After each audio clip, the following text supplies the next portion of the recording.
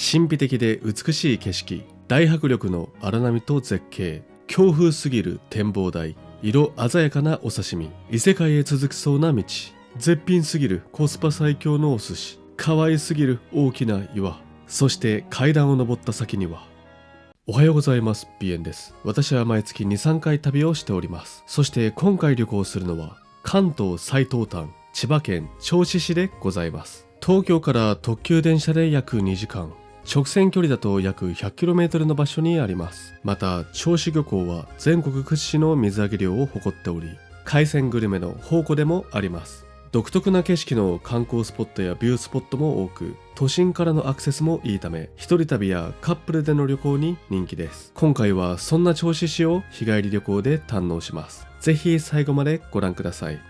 ちなみにこのチャンネルでは全国を旅する様子や行ってよかった観光スポット紹介を投稿しております。チャンネル登録や高評価で応援していただけるとめちゃくちゃ嬉しいです。そのワンタップが励みになるんです。よろしくお願いいたします。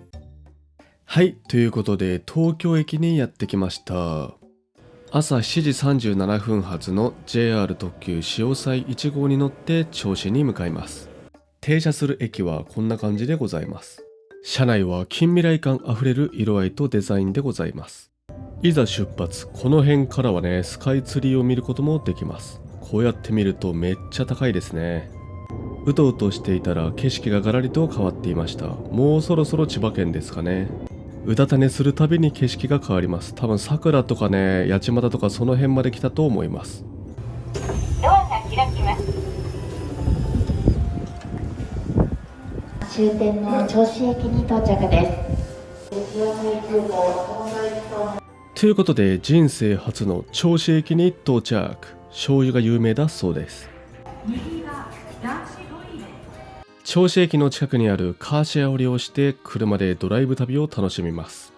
移動距離はそんなにないけどレンタカー使って観光します。ということで銚子到着しました。今日は朝からずっと雨らしいですね。降水確率 100% らしいです。最近の旅行ちょっとやばいですね。なんか雨率が高い。非常に高いぞ。人生初の銚子で、グルメと観光をね、日帰りで楽しみたいと思います。で、ちなみに銚子はですね、ここにあります。千葉県のこのもう一番最東端のエリアですね。で、ここに漁港とかがあってですね、海鮮系が美味しそうなのと、あと絶景スポットもね、いくつかあるんですよ。この辺をドライブ旅がてらね、観光していくって感じですね。半時計回りにこうぐるーってこの辺を見ていこうかなって感じですかね。ということで出発。道とかこの歩道幅がでかいですね。土地がでかい感じ。そして駅のすぐ近くに鮮魚店を発見したので、こちらでお刺身を買ってみます。ということでマグロゲットしました。なんかまだ他にもあるっぽかったんですけど、とりあえず今刺身ですぐ食べれそうなのがこのマグロだったので、これで500円ですね。うまそう。そして本日最初に行くビュースポットは銚子ポートタワーでございます。この銚子駅付近から車でこっから 3.6 キロですね。これなんか渋滞かと思ったらこれさ、全部路中なんだ。なんだろう。濡れせんべい。せんべいとかもいいね。なんかご当地せんべいとかね、なんかそういうのもちょっと探すのもありだね。台湾料理だって。あえての旅先で台湾料理とか食べるのもちょっとね、たまにはやってみたいな。今日はもうお寿司。すごい、この辺はちょっと道細いね。ここにもお食事処、神社がある。次の信号。すごい。今ふとさ、左の方見たら海が見えました。すごい綺麗だったな今。ポートタワーに向かう道なのにさ、こんなルートなんですか。銚子市立第一中学校。見えてきました。あれがそうかな。でかいのがポートタワーですかね。真正面奥に見えてきました。ポートタワー。ここは駐車場ですかね。とりあえずお刺身食べよう。到着ということでお刺身タイム。500円のマグロワンパックしか買ってないんですけど、すごい親切になんか醤油とかもね、あと割り箸もくれました。いつも飲食店を探してて、このスーパーとか鮮魚店で買うというのをね、ついつい忘れてしまってましたが、ついにこの時が来た。醤油の量半端ないね。これマグロ何切れか食べるだけなんですけど、寿司10皿食えるぐらいの醤油の量。これがマグロです。うまそう。上からかけちゃうか。なんか漬けマグロみたいになっちゃいそう、これ。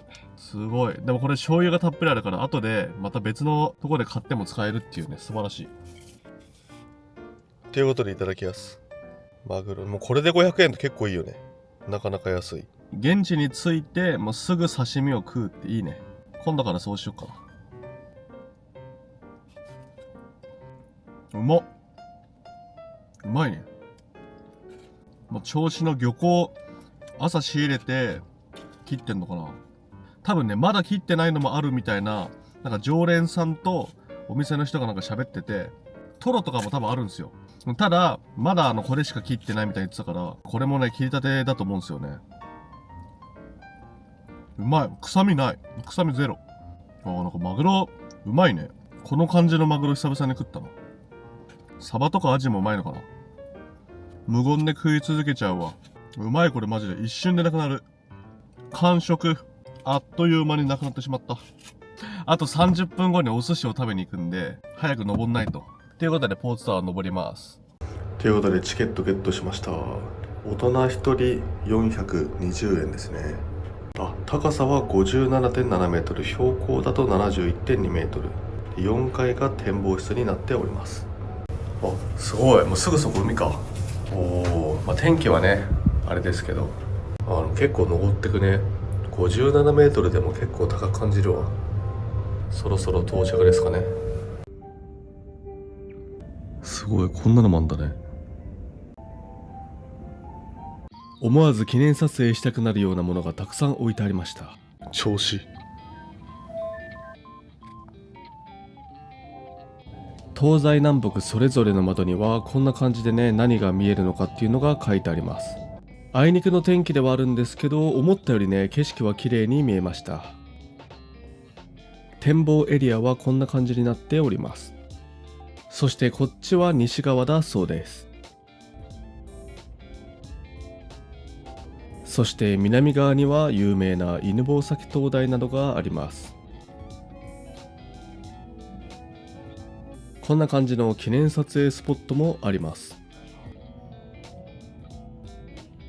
そしてすぐ隣には魚瀬という施設があり、レストランや市場もあるそうです。そして東側には海水浴場などがあるそうです。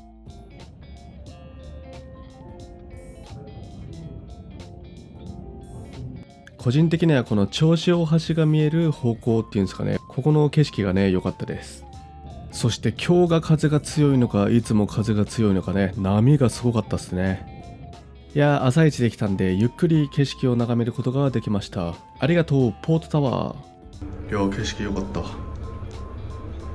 天気良くなくても、普通に眺めがいいですね。ポートタワー良かったね。何分ぐらいいたんだろう。15分20分で、15分くらいか、15分くらいでもう割とがっつり見れましたね。そして次はお寿司タイムでございます。到着ギリギリだな。ちょうど11時ぐらいに着くか。もともとはどこだっけ、海鮮丼人気のお店があって、そこ行こうかなと思ったんですけど、水木か火水がね定休日でね、諦めたんですけど、ただ逆にね、お寿司を食べれるんでね、楽しみだ。お寿司、やっぱお寿司だね。さっき食べたマグロの刺身もね、うまかったな。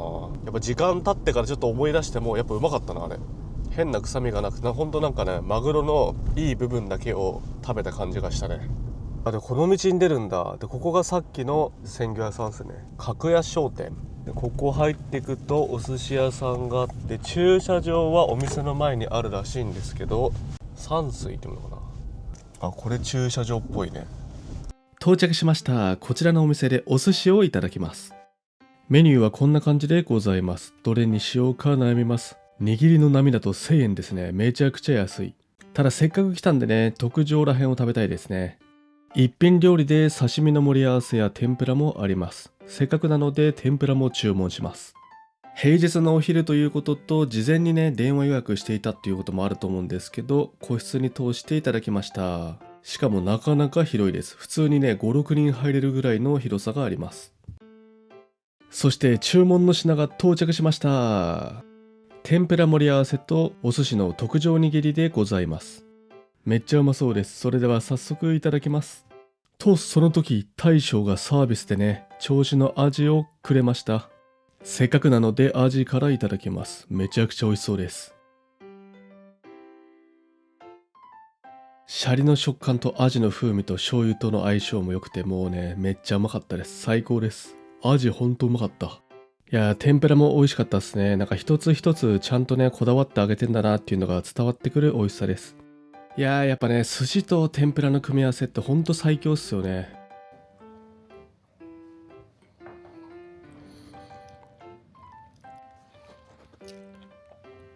いや、お寿司もね、どれも美味しくて、回転寿司だったらね、絶対おかわりしてましたね。一貫ずつだからね、どれから食べるかめっちゃ悩みましたね。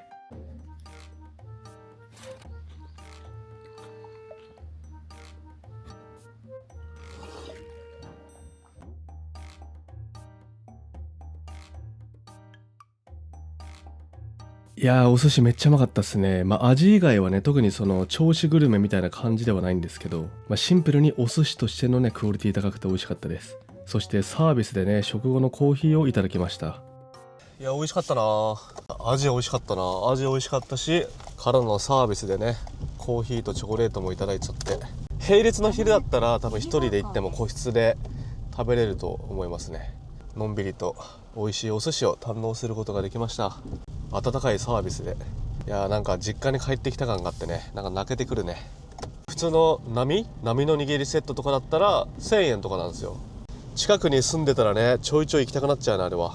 いや、美味しかったな。いや、一人旅とかでも行きやすいからいいですね。お腹も心も大満足ですわ。次はですね、今この青い看板にも出てますが、犬吠埼、そっちに行きます。あんまりにも風が強くて激しかったら、車からちょっと眺める程度になっちゃうかもしれないですけど、塩の湯温泉、あ、これ今日行こうと思ってたところかな。今日は最後の1時間くらいは温泉入ろうかなと思ってるんですよ。今のところかな、日帰り温泉があって、なんかめっちゃ眺めが良くて、サウナはなかったかもしれないですけど、そこ入ろうかなと思ってるんですよね。やっぱ思ったよりあれですね、なんか海沿いとか大通り沿いをまっすぐ進むっていうよりかは、こういう道なんですね。割と細めというか、なんかでっかい観光バスが止まってますね。ちょっと寄っとこう。ここがもうフォトスポットなんだ。ということで、寄り道観光で犬吠駅にやってきました。犬吠駅は銚子電気鉄道の駅です。銚子電鉄は JR 銚子駅からの先、外川駅までの片道約 6.4km 10駅を約20分で結んでおります。観光客にも人気のローカル線だそうです。また駅にはお土産屋さんなどもあります。ということで、犬吠駅でした。これ左で犬吠埼、こっから 600m で灯台があるそうです。あ、見えてきた。奥の方に見えましたね。おー、一気に雰囲気が変わりましたね。おー、何これ、マリンパークだって。水族館、地球が丸く見える水族館。この突き当たりが駐車場で灯台があるって感じですかね。灯台はね、登れる灯台ではないのかな。なんかフォトスポット的なのはあるっすね。トイレもあって。結構混んでんね。なんか想像以上に混んでるぞ。さっきのポートタワー全然人なかったのに、有名どころはやっぱ違うね。なんか風やばくね。風がやばい。よいしょー。ということで到着。続いてやってきたのは犬吠埼灯台でございます。世界の灯台100選に選ばれ、なんと見学者数は日本一だそうです。また2020年12月には国の重要文化財にも指定されたそうです。上まで登ることのできる灯台で、中には資料館などもあるそうですが、この時ね、入り口の扉が閉まってて他の人も入る気配がなかったんで、今日はやってないのかなと思ってね、諦めてすぐ遊歩道側に来てしまったんですけど、もしかしたら入れたのかもしれません。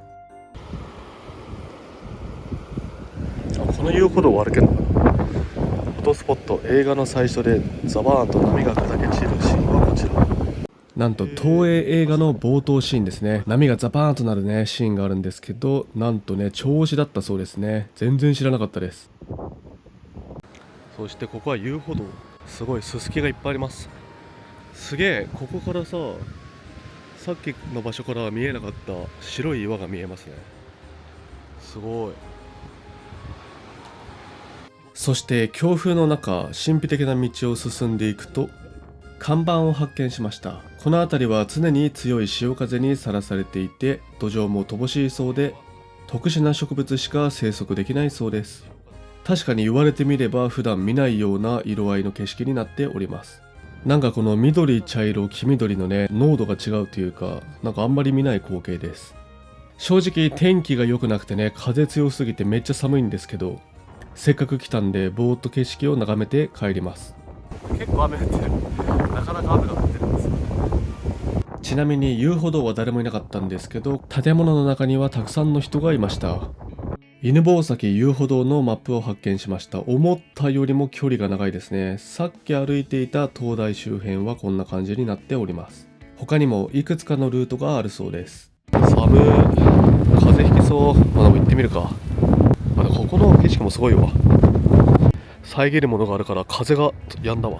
急に風が来なくなって寒さ半減。あんまり寒くなくなったわ。まあここはあれなんだ、下に下ってくなんだ。下に下ってくパターンなんだね。へえ、あ、すごい。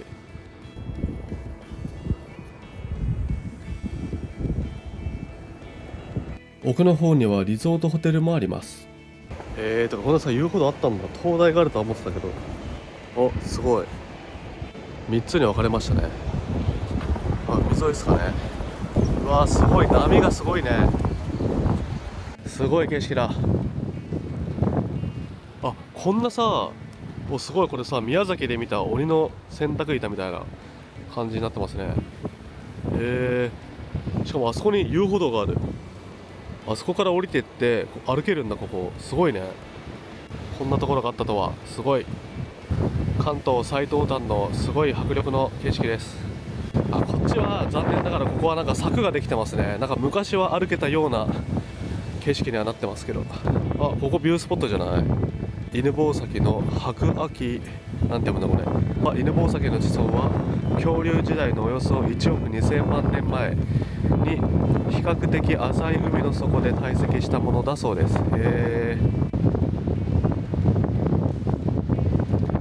ここはなんだ。ここはなんかちょっとしたプールみたいになってるね。おー、すごい。とんでもない天気だ。波がすごいね。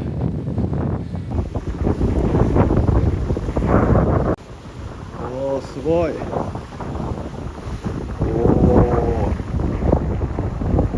灯台の雰囲気もいいんですけど、個人的にはね、ここの景色が良かったですね。なんかすごい神秘的でしたね。ちょっと寒すぎるからね、一旦避難します。ここは犬吠テラスというそうです。カフェやパン屋さん、お土産屋さんなどがあります。内装がとても綺麗でね、最近できたんですかね。そしてこんな感じでハロウィンのフォトスポットもありました。一瞬ね、子供の兄弟がね、記念撮影してんのかなと思ったらね、これもね、作り物だそうですね。靴がリアルすぎてちょっと怖かったです。ありがとう、犬吠埼灯台。ということで犬吠埼でした。いや、すごかったね。てか犬吠埼がめっちゃ混んでたね。やっぱとりあえず銚子に来たらみんなここに来るんですかね。冬服っていうかさ、もうダウンコート着てるカップルとかいたんで、まあ確かになとは思いましたね。やっぱそんぐらい寒いわ。からのまた海沿いのスポットに行きます。道が細すぎて車で行けないかもしれないですけど、まあ、とりあえず近くまで行ってみてって感じですね。まあ、この辺もなんかいろいろあるんですね。リゾートホテルとか。あ、さっき歩いてた遊歩道があんなに遠くに見えます。この道沿いに進んでいくとなんか灯台があるらしいんですよ。長崎花。あ、でも道ないね。とか歩いていくこともできないか。まあ、ここはなかなかねマニアックな場所なんで誰もいないでしょう。まあ、ちょっと見てみるかね。風が強すぎると多分この灯台なんだけど行けないですね。ということで一瞬で観光終わってしまいましたが、あそこはなんか通れないんだね。からのまた 3.5 キロほど海沿いを進んでいくと海水浴場があって、そこの脇から、まあ、珍しいビュースポットがあるそうなので、あ、すごい。ここは漁港かな。おー、これ何漁港って言うんだろうね。左方向。なんか食堂とかないかな。あ、チーバくんだ。銚子に来ました。金目の町。いや、こんなのあったんだね。ようこそ銚子釣り金目の町。 Google マップで金目鯛オブジェっていうのあったんですけど、まあなんか飲食店とかなんか観光案内所とかではなかったっすね。ここまで漁港がずっと連なってますね。あれなんかさビュースポットじゃないあれ。もうちょい寄り道してみよう。仙外岩。おー、すごい、とても観光しやすそうな雰囲気ある。もう車止めて目の前でパパって見れそうっすね。やばい、めっちゃ鼻詰まってきた。風邪ひいたのか。これですかね。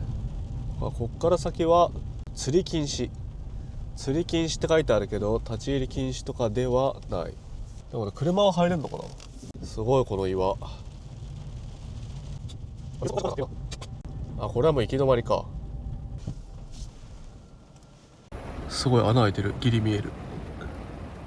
こちらの仙外岩は高さ約18メートル、周囲約400メートルの巨大な岩です。またかつては島だったそうです。千葉県最古の地層だそうで、できた年代ははっきり分かっていないそうです。約2億年から1.5億年前と推定されております。また仙外岩という名前の由来は、源義経が1000騎の兵を持って立てこもったという伝説からついたそうです。しかし江戸時代の書物には仙外岩屋として紹介されており、天狗が住むと言われているため渡る人が少ないと書かれているそうです。犬岩。さっきのが仙外岩で、これが犬岩。じゃあ立ち入り禁止はこの前が立ち入り禁止で、この左は立ち入り禁止ではないってこと。すごい、犬岩。思ったより犬っていうかなんかさ、ウサギにも見えるね。なんか可愛い、思ったより可愛い感じ。犬岩到着。この奥に見える風車がなんかすごいね、近代的なエヴァンゲリオンのなんか使徒みたいな。ちなみにこちらの犬岩も先ほどの仙外岩同様、千葉県最古の地層だそうです。でこれだ。でここがビュースポットの遊歩道なんですよね。なんていうの、屏風ヶ浦遊歩道がこの海水浴場から行くんですよ。ただその屏風ヶ浦で調べて Google マップでナビしちゃうと変な場所にね行かされちゃうんですよ。こっから歩いていくのがいいらしいですね。到着。ここは屏風ヶ浦。現在地が屏風ヶ浦遊歩道。ここから歩いていけるのか。ということで海沿いの遊歩道まで出てきました。風が出てきてね、傘もちょっと危ないな。ここが屏風ヶ浦。さっきの犬吠埼はめっちゃ混んでたけど、ここは誰もいないっすね。いや、晴れの日に歩きて、晴れの日の朝の散歩とかにめっちゃいいんじゃないですかね、ここは。でこれが海水浴場ですかね。すごいいいね。遠浅な感じなんかね。あんまり波はないですね、ここは。すごい穏やかです。夏はねめっちゃ混んでそう。すごい、ここまっすぐ続いてますね、遊歩道が。この奥の景色がすごいです。なんか海外みたいな景色になってるわ。もう立ち入り禁止はどこのこと？海のことか。ここのビーチの海の話かな、立ち入り禁止っていうのは。ここはさすがに大丈夫だよね、遊歩道は。寒い、非常に寒い。波により削られた穴、破食窪。かつては年間50から100センチも波の影響で削れていたそうですね。なんだろう、ここだけ見るとなんかさ、海外みたいだね。ここ屏風ヶ浦は波の浸食によって削られた崖でございます。先ほど観光した犬岩から約 10km にわたって連続しているそうです。常に波で削られていたおかげで植物があまり生えることがなく、このように美しい模様の地層となっているそうです。景色が良かったけど寒いですね。山でも楽しかったわ。ありがとう屏風ヶ浦。寒いし雨降ってるし、建物の中から景色眺めれる場所ないかなみたいなね。最初に行ったポートタワー的な場所ないかなと思ったら見つけたんで、そこに向かいます。こっからあと1キロで、これを登っていくと 500m 先に見えてくるんですかね。やっぱこれは、やべえ、なんだ今の水たまりがさ、想像以上に深かった。今これあれか、駐車場はまた別の場所にあるのか。なるほど、駐車場は 80m 下がっていかないといけないんだね。駐車場から歩いていくのはネックですね。よいしょ、歩いていくか。地球の丸く見える丘と展望館歩いていきます。そうか、この道から行けばそんなに濡れることはないな。すごい、なんか敷地が広そうだな、ここは。展望館はこの左側から。すごい、ここ魚になってるよ。なんかこれ風見鶏的な。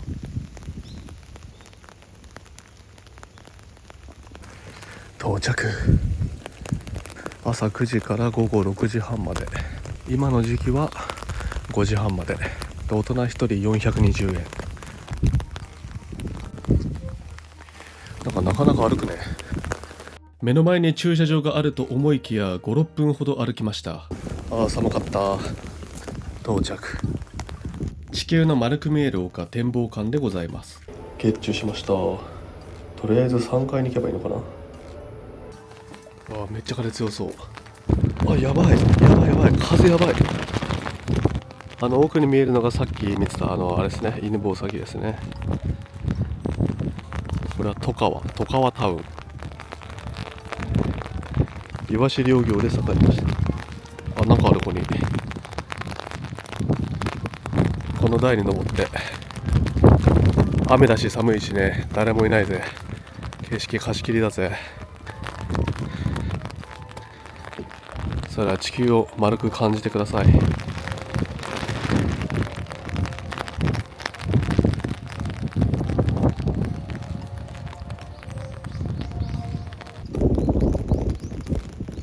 ここからは銚子の美しい街並みや先ほど観光していた屏風ヶ浦の絶景も見えます。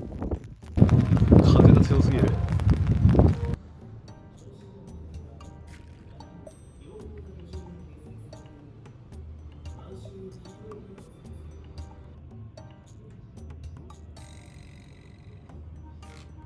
次は温泉タイムでございます。 Google マップだと今日水曜日なんですけど、なんか木曜日からってなってて、あれと思って電話したらやってましたね。よかった。Google マップの営業時間はね、なんかあんまり信用なんないんですよね。もう基本的にはもう事前に電話してから行く方が無難ですね。時代的に電話する人は減ったと思うんですけど、観光地とかはやっぱり逆に Google マップとかの方が更新されてないことがあるんでね。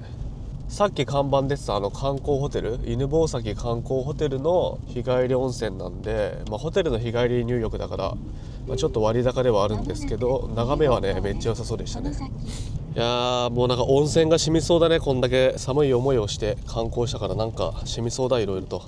これさっき通った道か。この左があれか、さっきの犬吠駅。でももう一個ね、ここも気になるんだよね。ここ日帰り温泉やってんのかな。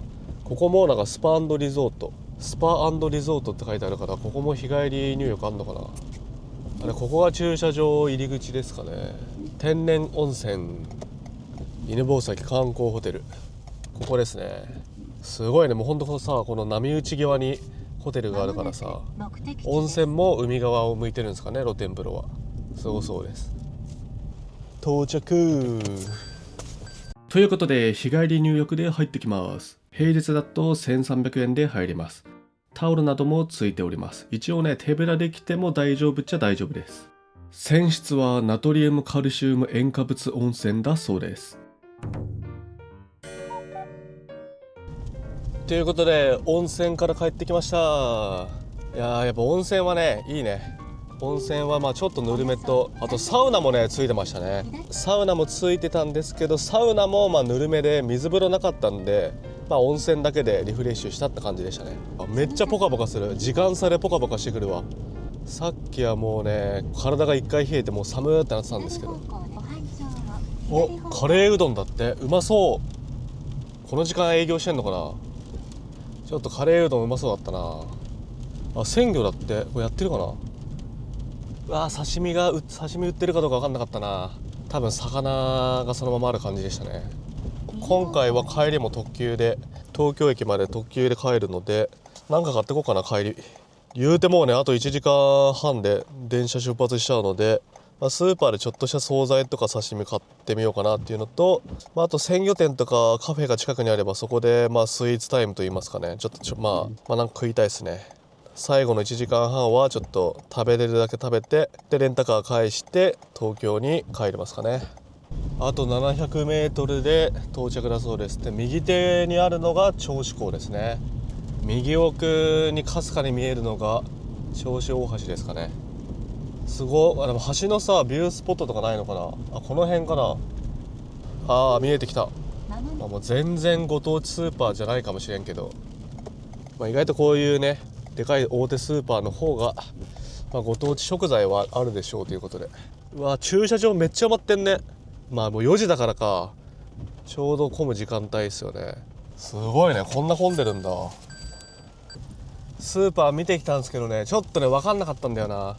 銚子漁港みたいな書いてあるやつがあら汁用のあらしかなくて、でマグロがなんかね銚子なのかな、なんかあったんですけど、マグロの切り落としあったけどね、でも書いてないんだよなんも。他の魚とかはまあ柵なんで、まあ、その場で食うことはできないんですけど、宮城県産とか長崎県産とかさこう書いてあったんですけど、ちょっとね分かんなかったんだよな。書いてないってことは多分違うのかなと思って結局何も買わなかったですね。でも刺身よりうまそうだったねマグロ。あ、これ寿司どころ、お寿司屋さんじゃないこれ。うまそう。準備中。まあ4時台やってないよね。5時半とか6時までやってないっすよね。帰りの特急があと1時間後なんでちょっと危ないんだよな。駅近のカフェでなんか買って食うしかないよね。まあでもうまいお寿司をね、昼にうまい寿司食えたからね、まあ全然大満足ではありますけど、日帰り一人旅だったらまあいつも予定詰めすぎるからね、まあ、こういうのでも全然ね楽しいですね。言うて観光スポット何個か回って飯食って、まあ、刺身も食ったしな、そういえば、まあ、割といい一日ではなかったですかね。雨さえ降ってなければな。やっぱ晴れっていいね。晴れの方がやっぱテンションは上がるよね。雨だとちょっとやっぱ泣けてくるよね。帰ってきました。ただいま。タイムズカーシェアの案件来ねえかな。スポンサー契約とかでさ1年間乗り放題とかなんないかな。そしたらね、ご覧のスポンサーの提供でお送りしますみたいなの作りますけどね。スポンサー募集してみようかな。いやー、なんだかんだあっという間の一日でした。帰りの電車の時間までこちらのカフェでスイーツタイム。ハロウィン仕様になっているドーナツとシュークリームのハーフみたいなお菓子を食べました。美味しかったです。駅前にはこんなものもありました。調子最高ということで東京に帰ります。ちなみにこのチャンネルでは他にも日本全国を旅する様子を投稿しております。ぜひこの機会にチャンネル登録、高評価お願いします。ご視聴ありがとうございました。ご視聴ありがとうございます。北海道から沖縄まで日本全国を旅行中。チャンネル登録、高評価お願いします。